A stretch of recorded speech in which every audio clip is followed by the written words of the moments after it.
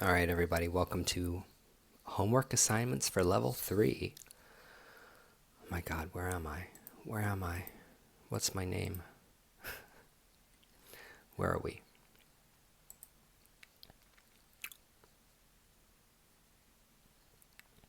You think I'd be more prepared? Okay.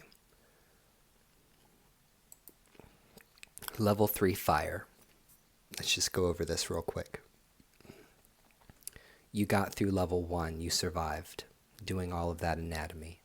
You got through level 2, you survived, learning so much about Hinduism and Vedanta and how amazing yoga is and how vast, like how much is there, like how much, like that word yoga, people throw around the word yoga all the time, but that little 4-letter word, yoga, damn,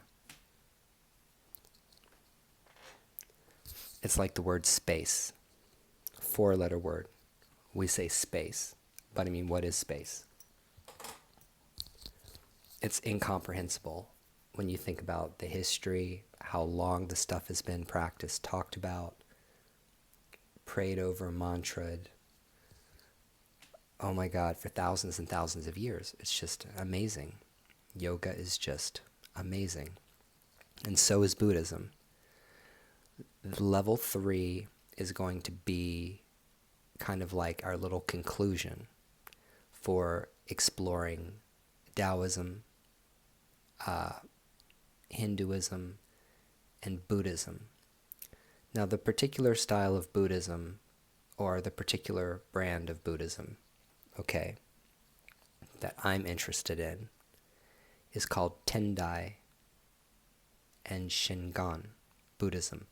It's Tantric Buddhism, it's esoteric Buddhism, and it comes from Japan.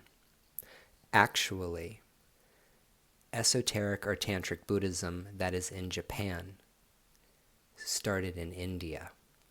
Okay, so the Mahayana Buddhist and the Tantric Buddhists of India, the Vajrayana school of Buddhism, that school started in India. It went up into the Himalayas, into Tibet.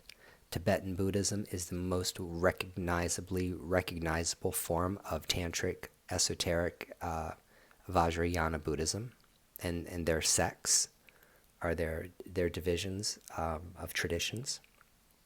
It traveled all the way across China, through Korea, and landed in Japan. And so the Vajrayana, Tantric Buddhist, esoteric Buddhist, the words are very synonymous with one another. They span all the way across Asia. And Dr. Usui, Mikao Usui, yes, the enlightened master, Dr. Usui,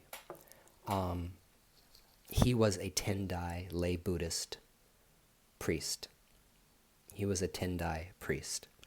So the most important spiritual text to that particular tradition of Buddhism, the Tendai sect, is the Threefold Lotus Sutra.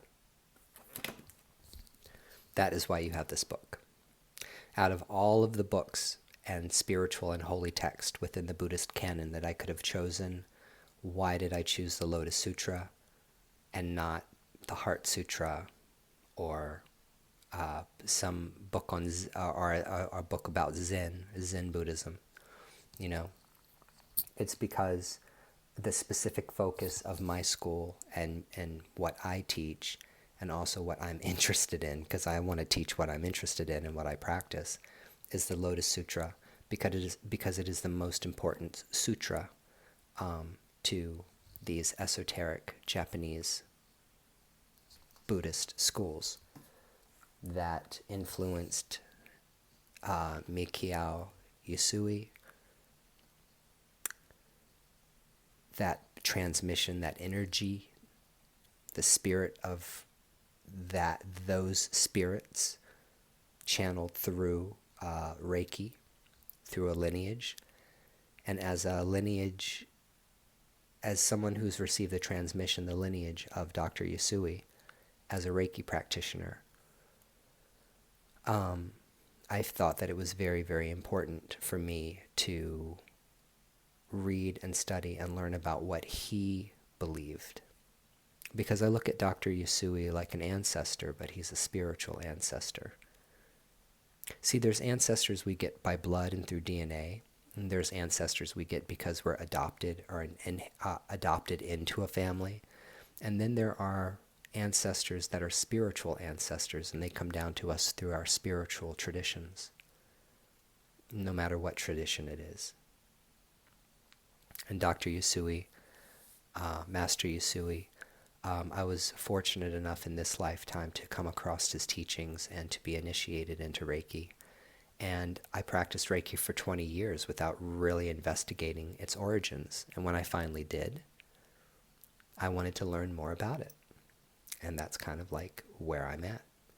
And since it's where I'm at, you're learning from me, it's kind of like where you're at too. So the point is that the Lotus Sutra is a monster book. My God, it's a monster. It is a monster book. But this particular translation is very, very, very clear. This is a very clear and easy to understand translation, but the language is flowery. Oh my goodness gracious.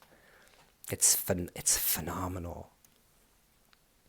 When you read the Lotus Sutra, or when you start reading the Lotus Sutra, what I want you to do, okay, is I need you to like read a little bit of a paragraph or a couple of sentences, and then I need you to close your eyes and I need you to like kind of visualize in your head what's going on here. The Buddha sits down, is getting ready to teach. You know, the heavens open up. His third eye opens. It shines a light through all of the realities and all the universes down to the deepest hells and to the highest heavens. Gods and goddesses come to listen to him.